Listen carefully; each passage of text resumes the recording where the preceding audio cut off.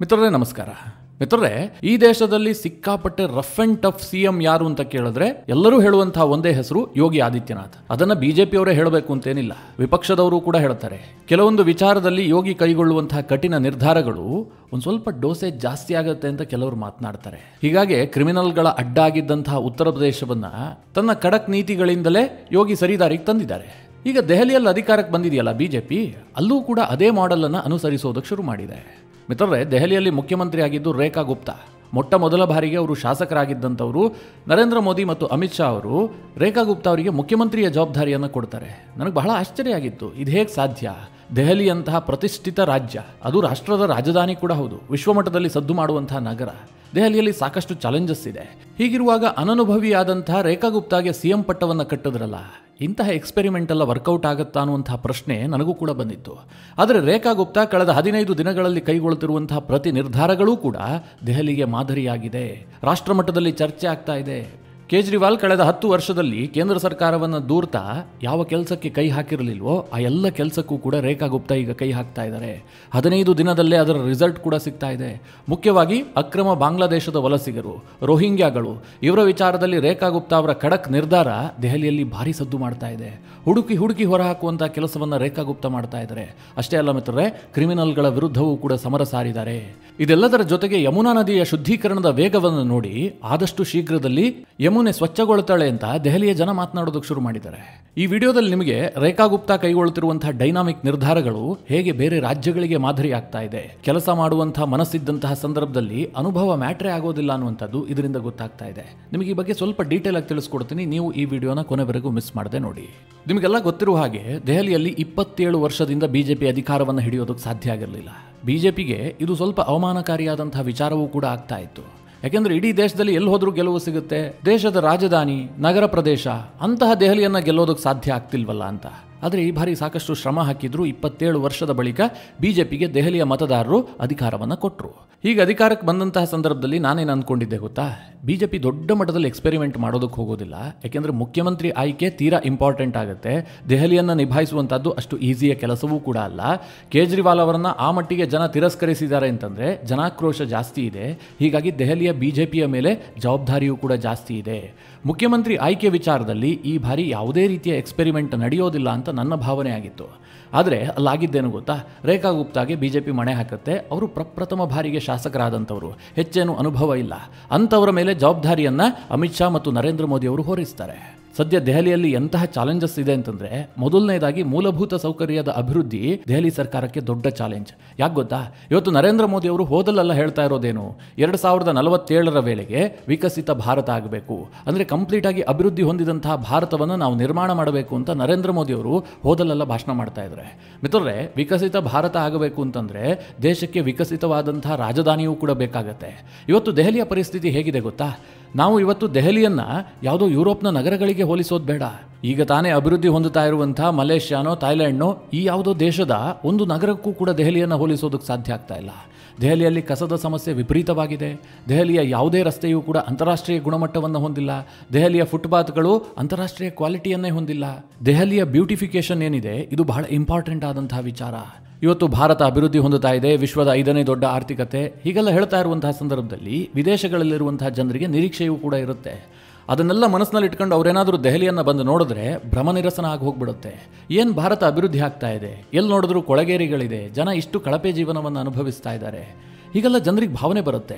ಹೀಗಾಗಿ ದೆಹಲಿ ಸರ್ಕಾರದ ಮೇಲಿರುವ ಅತಿ ದೊಡ್ಡ ಜವಾಬ್ದಾರಿ ಏನು ಕೇಳಿದ್ರೆ, ದೆಹಲಿಯನ್ನು ಬ್ಯೂಟಿಫಿಕೇಶನ್ ಮಾಡುವಂಥದ್ದು, ಮೂಲಭೂತ ಸೌಕರ್ಯಗಳ ಅಭಿವೃದ್ಧಿ ಆಗಬೇಕು, ದೆಹಲಿಯ ರಸ್ತೆಗಳು ವಿಶ್ವ ದರ್ಜೆಗೆ ಅಪ್ಗ್ರೇಡ್ ಆಗಬೇಕು.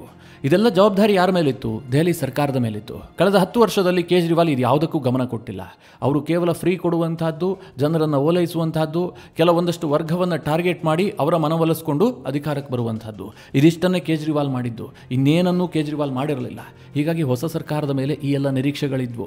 ಅಷ್ಟೇ ಅಲ್ಲ ಮಿತ್ರರೇ, ಗ್ಯಾರಂಟಿಯ ಹೊರೆಯೂ ಕೂಡ ಬಿಜೆಪಿ ಮೇಲಿದೆ. ಬಿಜೆಪಿಗರು ಅಧಿಕಾರ ಸಿಗಲಿಲ್ಲ ಅನ್ನುವಂಥ ಹತಾಶೆಯಲ್ಲಿ ಇದ್ದಬದ್ದ ಗ್ಯಾರಂಟಿ ಎಲ್ಲ ಕೊಟ್ಬಿಟ್ಟಿದ್ದಾರೆ. ಮಹಿಳೆಯರಿಗೆ 2500 ರೂಪಾಯಿ ಕೊಡ್ತೀವಿ ಅಂತ ಘೋಷಣೆ ಮಾಡಿದ್ದಾರೆ. ಜೊತೆಗೆ ಈ ಹಿಂದೆ ಕೇಜ್ರಿವಾಲ್ ಕೊಟ್ಟಿದ್ರಲ್ಲ ಅನಾಹುತದ ಗ್ಯಾರಂಟಿಗಳು, ಅದನ್ನೆಲ್ಲ ಮುಂದುವರಿಸ್ತೀನಿ ಅಂತ ಬೇರೆ ಇವರು ಘೋಷಣೆ ಮಾಡಿದ್ದಾರೆ. ಹೀಗಾಗಿ ಗ್ಯಾರಂಟಿಯನ್ನು ನಿಭಾಯಿಸುವಂಥದ್ದು ಕೂಡ ದೆಹಲಿ ಸರ್ಕಾರಕ್ಕೆ ದೊಡ್ಡ ಚಾಲೆಂಜ್ ಇದೆ. ಯಮುನಾ ಶುದ್ಧೀಕರಣ, ಕೇಜ್ರಿವಾಲ್ ಕಳೆದ 10 ವರ್ಷದಿಂದ ನಿರಂತರವಾಗಿ ಹೇಳ್ತಾ ಬಂದಿದ್ದಾರೆ, ನಾನು ಯಮುನೆಯನ್ನು ಶುದ್ಧೀಕರಣ ಮಾಡದೇ ಇದ್ರೆ ಮುಂದಿನ ಬಾರಿ ಚುನಾವಣೆಗೆ ನಿಲ್ಲೋದಿಲ್ಲ ಅಂತ. 10 ವರ್ಷದಿಂದ ಇದನ್ನೇ ಹೇಳಿದ್ದು, ಆದರೆ ಪ್ರತಿ ಬಾರಿ ಚುನಾವಣೆಗೆ ನಿಲ್ತಾರೆ. ಯಮುನೆ ಮಾತ್ರ ಕೊಳೆತು ನಾರುವಂತಹ ಪರಿಸ್ಥಿತಿಯಲ್ಲಿದ್ದಾಳೆ. ಹೀಗಾಗಿ ಯಮುನಾ ಶುದ್ಧೀಕರಣವೂ ಕೂಡ ದೆಹಲಿ ಸರ್ಕಾರಕ್ಕೆ ದೊಡ್ಡ ಚಾಲೆಂಜ್. ಜೊತೆಗೆ ಕಾನೂನು ಸುವ್ಯವಸ್ಥೆ. ದೆಹಲಿಯಲ್ಲಿ ಇತ್ತೀಚಿನ ವರ್ಷಗಳಲ್ಲಿ ಕ್ರೈಮ್ ರೇಟ್ ವಿಪರೀತವಾಗಿ ಜಾಸ್ತಿ ಆಗ್ತಾ ಇದೆ. ಕೇಜ್ರಿವಾಲ್ ಏನು ಹೇಳ್ತಾ ಇದ್ರು, ಪೊಲೀಸ್ ಇಲಾಖೆ ನಮ್ಮ ಬಳಿಯಲ್ಲಿಲ್ಲ, ಇದನ್ನು ಕೇಂದ್ರ ಸರ್ಕಾರ ಮಾಡಬೇಕು ಅಂತ. ಅವರನ್ನು ಇವರು ದೂರೋದು, ಇವರನ್ನು ಅವ್ರು ದೂರೋದು. ದೆಹಲಿಯಲ್ಲಿ ಮಾತ್ರ ಕ್ರೈಮ್ ರೇಟ್ ವಿಪರೀತವಾಗಿ ಜಾಸ್ತಿ ಆಗ್ತಾ ಇತ್ತು. ಹೀಗಾಗಿ ಕ್ರೈಮ್ಗಳನ್ನು ಹತೋಟಿಗೆ ತರುವಂತಹದ್ದು ಕೂಡ ಹೊಸ ಸರ್ಕಾರಕ್ಕೆ ದೊಡ್ಡ ಜವಾಬ್ದಾರಿಯಾಗಿತ್ತು. ಇಷ್ಟೆಲ್ಲ ಚಾಲೆಂಜಸ್ ಇರುವಂತಹ ದೆಹಲಿಯನ್ನ ಈ ರೇಖಾ ಗುಪ್ತಾ ಹೇಗೆ ನಿಭಾಯಿಸ್ತಾರಪ್ಪ ಅಂತ ನನಗೊಂದು ಪ್ರಶ್ನೆ ಬಂದಿತ್ತು. ಆದರೆ ಮಿತ್ರರೇ, 15 ದಿನದಲ್ಲಿ ರೇಖಾ ಗುಪ್ತಾ ಇದೆಲ್ಲದಕ್ಕೂ ಉತ್ತರ ಕೊಟ್ಟಿದ್ದಾರೆ. ಈ ದೇಶದಲ್ಲಿ ಯಾರೂ ಕೂಡ ಅನುಮಾನವನ್ನ ನನ್ನ ಬಗ್ಗೆ ಇಟ್ಕೊಳ್ಳೋದೇ ಬೇಡ ಅಂತ ರೇಖಾ ಗುಪ್ತಾ ಕೆಲಸದ ಮೂಲಕ ತೋರಿಸ್ಕೊಟ್ಟಿದ್ದಾರೆ. ಅವ್ರೇನ್ ಮಾಡಿದ್ದಾರೆ ಅಂತ ಈಗ ಹೇಳ್ತೀನಿ ಕೇಳಿ. ಇವತ್ತು ದೆಹಲಿಯಲ್ಲಿ ದೊಡ್ಡ ಸಮಸ್ಯೆ ಏನು ಕೇಳಿದ್ರೆ ಅಕ್ರಮ ವಲಸಿಗರು. ದೆಹಲಿಯಲ್ಲಿ ಬಂದು ಅವರೆಲ್ಲ ಸೇರ್ಕೊಂಡ್ಬಿಟ್ಟಿದ್ದಾರೆ, ಬಿಲ ಹೊಕ್ಕಿದ ಹಾಗೆ. ದುರ್ಬಿನ್ ಹಾಕೊಂಡು ಹುಡುಕಿದ್ರೂ ಕೂಡ ಅವರನ್ನು ಹೊರತರುವಂತಹದ್ದು ಕಷ್ಟ ಇದೆ. ಆ ಪರಿಸ್ಥಿತಿಯಲ್ಲಿ ದೆಹಲಿಯಲ್ಲಿ ಅಕ್ರಮ ವಲಸಿಗರಿದ್ದಾರೆ. ಮುಖ್ಯವಾಗಿ ರೋಹಿಂಗ್ಯಾಗಳಿದ್ದಾರೆ, ಎರಡನೇದಾಗಿ ಬಾಂಗ್ಲಾದೇಶದ ಅಕ್ರಮ ವಲಸಿಗರಿದ್ದಾರೆ. ಈ ಹಿಂದೆ ಲೆಫ್ಟಿನೆಂಟ್ ಗವರ್ನರ್ ದೆಹಲಿಯಲ್ಲಿ ಒಂದು ಅಭಿಯಾನಕ್ಕೆ ಚಾಲನೆ ಕೊಟ್ಟಿದ್ರು. ಆದರೆ ದೆಹಲಿ ಸರ್ಕಾರಕ್ಕೆ ಮನಸ್ಸಿರಲಿಲ್ಲ, ಯಾಕೆಂದ್ರೆ ಕೇಜ್ರಿವಾಲ್ಗೆ ಅವರು ವೋಟ್ ಬ್ಯಾಂಕ್. ಹೀಗಾಗಿ ದೆಹಲಿಯಲ್ಲಿ ಯಾವುದೇ ಅಕ್ರಮ ವಲಸಿಗರನ್ನು ಹೊರಹಾಕೋದಕ್ಕೆ ಕೇಜ್ರಿವಾಲ್ ಸರ್ಕಾರ ಸಾಥ್ ಕೊಟ್ಟಿರಲಿಲ್ಲ. ಆದರೆ ಈಗ ರೇಖಾ ಗುಪ್ತಾ ಅಧಿಕಾರಕ್ಕೆ ಬರ್ತಿದ್ದಂತೆ ಹೋಮ್ ಮಿನಿಸ್ಟರ್ ಹಾಗೂ ದೆಹಲಿಯ ಪೊಲೀಸ್ ಆಯುಕ್ತರಾದಂತಹ ಸಂಜಯ್ ಅರೋರಾ ಜೊತೆಗೆ ಒಂದು ಮೀಟಿಂಗ್ ಅನ್ನು ಮಾಡ್ತಾರೆ. ಅಮಿತ್ ಶಾ ಹಾಗೂ ದೆಹಲಿಯ ಸಿಎಂ ಜೊತೆಗೆ ದೆಹಲಿಯ ಕಮಿಷನರ್ ಇವರೆಲ್ಲರೂ ಸೇರಿ ಒಂದು ಮೀಟಿಂಗ್ ಮಾಡ್ತಾರೆ. ಆ ಮೀಟಿಂಗ್ನಲ್ಲಿ ನಿರ್ಧಾರ ಕೈಗೊಳ್ಳಲಾಗುತ್ತೆ. ದೆಹಲಿಯಲ್ಲಿ ಎಷ್ಟು ಜನ ಅಕ್ರಮ ವಲಸಿಗರಿದ್ದಾರೋ ಅವರನ್ನು ಮುಲಾಜಿಲ್ಲದೆ ಹೊರಹಾಕಬೇಕು, ವಿದೇಶಿ ಅಕ್ರಮ ವಲಸಿಗರನ್ನ ಆ ದೇಶಕ್ಕೆ ವಾಪಸ್ ಕಳಿಸುವಂತಹ ಕೆಲಸ ಆಗಬೇಕು ಅಂತ ತೀರ್ಮಾನ ಆಗುತ್ತೆ. ಕೇವಲ ತೀರ್ಮಾನ ಮಾಡಿಕೊಂಡು ಸುಮ್ಮನೆ ಕೂತಿಲ್ಲ, ಈಗಾಗಲೇ ಕೆಲಸ ಆರಂಭವಾಗಿದೆ. ದೆಹಲಿಯ ಅನೇಕ ಸ್ಲಮ್ಗಳಲ್ಲಿ ಈಗಾಗಲೇ ಕಾರ್ಯಾಚರಣೆ ಆರಂಭಗೊಂಡಿದೆ. ಮುಖ್ಯವಾಗಿ ಶಾಹೀನ್ ಬಾಗ್ ಇರಬಹುದು, ಸಂಗಮ್ ವಿಹಾರ್ ಇರಬಹುದು, ತಿಗರಿ ಸ್ಲಮ್ ಇರಬಹುದು, ಇಲ್ಲೆಲ್ಲ ಕಡೆಯಲ್ಲೂ ಕೂಡ ದೊಡ್ಡ ಮಟ್ಟದಲ್ಲಿ ಕಾರ್ಯಾಚರಣೆ ನಡೀತಾ ಇದೆ. ಹೇಗೆ ಕಾರ್ಯಾಚರಣೆ ನಡೀತಾ ಇದೆ ಅಂತಂದರೆ, ಅಲ್ಲಿ ಪೊಲೀಸರು ಆ ಸ್ಥಳಕ್ಕೆ ಭೇಟಿ ಕೊಡ್ತಾರೆ. ಆ ಸಂದರ್ಭದಲ್ಲಿ ಸ್ಥಳೀಯ ನಿವಾಸಿಗಳೆಲ್ಲರೂ ಕೂಡ ಆಧಾರ್ ಕಾರ್ಡ್ ಜೊತೆಗೆ ಹಾಜರಿರಬೇಕು. ಕೇವಲ ಆಧಾರ್ ಕಾರ್ಡ್ ಮಾತ್ರ ಅಲ್ಲ, ಬ್ಯಾಂಕ್ ಖಾತೆಯನ್ನು ಒದಗಿಸಬೇಕು, ಸೋಷಿಯಲ್ ಮೀಡಿಯಾದ ಡೀಟೇಲ್ಸನ್ನು ಕೊಡಬೇಕು, ಮೊಬೈಲನ್ನು ಕೂಡ ಹಸ್ತಾಂತರ ಮಾಡಬೇಕು. ಪೊಲೀಸರು ಎಲ್ಲವುದನ್ನು ಕೂಡ ಪರಿಶೀಲನೆ ಮಾಡ್ತಾರೆ. ಅಂದರೆ ಬ್ಯಾಂಕ್ ಟ್ರಾನ್ಸಾಕ್ಷನ್ ಅನ್ನು ಕೂಡ ಪರಿಶೀಲನೆ ಮಾಡಲಾಗ್ತಾ ಇದೆ. ಸೋಷಿಯಲ್ ಮೀಡಿಯಾದಲ್ಲಿ ಇವರು ಯಾವ ರೀತಿಯಾದಂತಹ ಕಂಟೆಂಟನ್ನು ಅಪ್ಲೋಡ್ ಮಾಡ್ತಾ ಇದ್ದಾರೆ ಅಥವಾ ಯಾವುದರ ಬಗ್ಗೆ ಇಂಟ್ರೆಸ್ಟ್ ಹೊಂದಿದ್ದಾರೆ ಇದನ್ನು ಕೂಡ ಮಾನಿಟರ್ ಮಾಡುವಂತಹ ಕೆಲಸವನ್ನು ದೆಹಲಿಯ ಪೊಲೀಸರು ಮಾಡ್ತಾ ಇದ್ದಾರೆ. ಈ ಮೂಲಕವಾಗಿ ಯಾರ್ಯಾರು ಅಕ್ರಮವಾಗಿ ನೆಲೆಸಿದ್ದಾರೆ ಅಥವಾ ವಿದೇಶದಿಂದ ಬಂದು ನೆಲೆಸಿದ್ದಾರೆ ಇವರೆಲ್ಲರ ಮಾಹಿತಿಯನ್ನು ಪೊಲೀಸರು ಕಲೆ ಹಾಕ್ತಾ ಇದ್ದಾರೆ. ಕೇವಲ ಮಾಹಿತಿಯನ್ನು ಮಾತ್ರ ಕಲೆ ಹಾಕ್ತಾ ಇರುವಂಥದ್ದಲ್ಲ, ಈವರೆಗೆ 33 ಜನ ಬಾಂಗ್ಲಾ ಪ್ರಜೆಗಳನ್ನು ಕೂಡ ಗುರುತು ಮಾಡಲಾಗಿದೆ. ಅವರನ್ನು ಬಾಂಗ್ಲಾಗೆ ಗಡೀಪಾರನ್ನು ಕೂಡ ಮಾಡಲಾಗಿದೆ. ಕೆಲವರನ್ನ ಡಿಟೆನ್ಷನ್ ಸೆಂಟರ್ಗೆ ಕಳುಹಿಸಲಾಗಿದೆ. ಅಲ್ಲಿ ಪರಿಶೀಲನೆ ಮಾಡಿ ಅವರನ್ನ ಬೇರೆ ದೇಶಕ್ಕೆ ಗಡೀಪಾರು ಮಾಡುವಂತಹ ಕೆಲಸ ಆಗುತ್ತೆ. ಅಂದರೆ ಬಾಂಗ್ಲಾದಿಂದ ಬಂದಿದ್ರೆ ಬಾಂಗ್ಲಾಗೆ, ಮಯನ್ಮಾರ್ನಿಂದ ಬಂದಿದ್ರೆ ಮಯನ್ಮಾರ್ಗೆ. ಆ ರೀತಿಯಾದಂತಹ ಕ್ರಮವನ್ನು ದೆಹಲಿ ಸರ್ಕಾರ ಕೈಗೊಳ್ತಾ ಇದೆ. ಕೇವಲ ಇದಿಷ್ಟು ಮಾತ್ರ ಅಲ್ಲ, ದೆಹಲಿಯಲ್ಲಿ ಕ್ರೈಮ್ ರೇಟನ್ನು ಕಮ್ಮಿ ಮಾಡುವ ಉದ್ದೇಶದಿಂದ ಕ್ರಿಮಿನಲ್ಗಳನ್ನು ಹುಡುಕಿ ಜೈಲಿಗೆ ಹಾಕಲಾಗ್ತಾ ಇದೆ. ಅತ್ಯಂತ ಮೋಸ್ಟ್ ವಾಂಟೆಡ್ ಆಗಿದ್ದಂತಹ ಶೇರ್ ಖಾನ್ ಅನ್ನುವಂತಹ ಪುಡಿ ರೌಡಿಯನ್ನ ದೆಹಲಿಯ ಪೊಲೀಸರು ಬಂಧಿಸಿದ್ದಾರೆ. ಯುಪಿಯಲ್ಲಿ ಹೇಗೆ ರೌಡಿಗಳನ್ನು ಎನ್ಕೌಂಟರ್ ಮಾಡೋದಕ್ಕೆ ಆದೇಶ ಇದೆಯೋ ಅದೇ ಮಾದರಿಯಲ್ಲಿ ಕ್ರಮ ಕೈಗೊಳ್ಳಬೇಕು ಅಂತ ಖುದ್ದು ಅಮಿತ್ ಶಾ ದೆಹಲಿಯ ಪೊಲೀಸ್ ಆಯುಕ್ತರಿಗೆ ಸೂಚನೆಯನ್ನು ಕೊಟ್ಟಿದ್ದಾರೆ. ಇದೇ ಕಾರಣದಿಂದ ದೆಹಲಿ ಪೊಲೀಸ್ ಆಯುಕ್ತರು ರಾತ್ರಿಯೆಲ್ಲ ಸಿಟಿ ರೌಂಡ್ಸ್ ಹೊಡೆಯೋದಕ್ಕೆ ಶುರು ಮಾಡಿದ್ದಾರೆ. ಅಷ್ಟರ ಮಟ್ಟಿಗೆ ಸರ್ಕಾರ ಆಕ್ಟಿವ್ ಆಗಿದೆ. ಇನ್ನು ರೇಖಾ ಗುಪ್ತಾ ತುರ್ತಾಗಿ ದೆಹಲಿಯ ಎಲ್ಲ ರಸ್ತೆಗಳನ್ನು ಸರಿಪಡಿಸೋದಕ್ಕೂ ಕೂಡ ಆದೇಶವನ್ನು ಕೊಟ್ಟಿದ್ದಾರೆ. ಹೀಗಾಗಿ ಹಗಲು ರಾತ್ರಿ ಎನ್ನದೆ ದೆಹಲಿಯ ಎಲ್ಲ ರಸ್ತೆಗಳ ಹೊಂಡ ಗುಂಡಿಗಳನ್ನು ಮುಚ್ಚುವಂತಹ ಕೆಲಸ ಆಗ್ತಾ ಇದೆ. ಜೊತೆಗೆ ದೆಹಲಿಯ ಎಲ್ಲ ಸರ್ಕಾರಿ ಆಸ್ಪತ್ರೆಗಳನ್ನು ಅಪ್ಗ್ರೇಡ್ ಮಾಡೋದಕ್ಕೂ ಕೂಡ ದೆಹಲಿಯ ಸಿಎಂ ಸೂಚನೆಯನ್ನು ಕೊಟ್ಟಿದ್ದಾರೆ. ಇದೆಲ್ಲದರ ನಡುವೆ ಯಮುನಾ ಶುದ್ಧೀಕರಣವೂ ಕೂಡ ನಿರಂತರವಾಗಿ ನಡೀತಾ ಇದೆ. ಯಮುನಾ ಶುದ್ಧೀಕರಣದ ವಿಚಾರದಲ್ಲಿ ಏನಾಗಿತ್ತು ಅಂತಂದರೆ, ಇದು ಕೇವಲ ಹೇಳೋದಕ್ಕೆ ಮಾತ್ರ ಸಾಧ್ಯ, ಇದನ್ನೆಲ್ಲ ಮಾಡೋದಕ್ಕಾಗತ್ತಾ ಅಂತ ಕೆಲವರು ಪ್ರಶ್ನೆ ಮಾಡ್ತಾ ಇದ್ರು. ಯಾಕೆಂದರೆ ಯಮುನೆಯಲ್ಲಿ ನಿರಂತರವಾಗಿ ನೊರೆ ಬರ್ತಾ ಇತ್ತು. ಈ ಬೆಂಗಳೂರಿಗರಿಗೆ ನೊರೆಯ ವಿಚಾರ ಗೊತ್ತು. ನಮ್ಮ ಬೆಳ್ಳಂದೂರು ಕೆರೆಯಲ್ಲಿ ಆಗಾಗ ನೊರೆ ಬರುತ್ತೆ, ಅದು ದೇಶ ಮಟ್ಟದಲ್ಲಿ ಸುದ್ದಿಯಾಗಿತ್ತು. ಅದೇ ಪ್ರಕಾರವಾಗಿ ಇಡೀ ಯಮುನಾ ನದಿಯಲ್ಲೇ ನೊರೆ ಬರೋದಕ್ಕೆ ಶುರುವಾಗಿತ್ತು. ಕಾರಣ ಏನು ಕೇಳಿದ್ರೆ, ಯಮುನೆ ಅಷ್ಟೊಂದು ಕಲುಷಿತವಾಗಿದ್ಲು. ಹಿಂದೂಗಳಿಗೆ ಯಮುನೆಯ ಬಗ್ಗೆ ಪರಮ ಪುಣ್ಯ ಭಾವನೆ ಇದೆ. ಈಗ ದೆಹಲಿಯ ಸರ್ಕಾರ ನಿರಂತರವಾಗಿ ಯಮುನಾ ಶುದ್ಧೀಕರಣಕ್ಕೆ ಒತ್ತು ಕೊಟ್ಟಿದೆ. ಶುದ್ಧೀಕರಣ ಕಾರ್ಯ ಕೂಡ ಭರದಿಂದ ಸಾಗ್ತಾ ಇದೆ.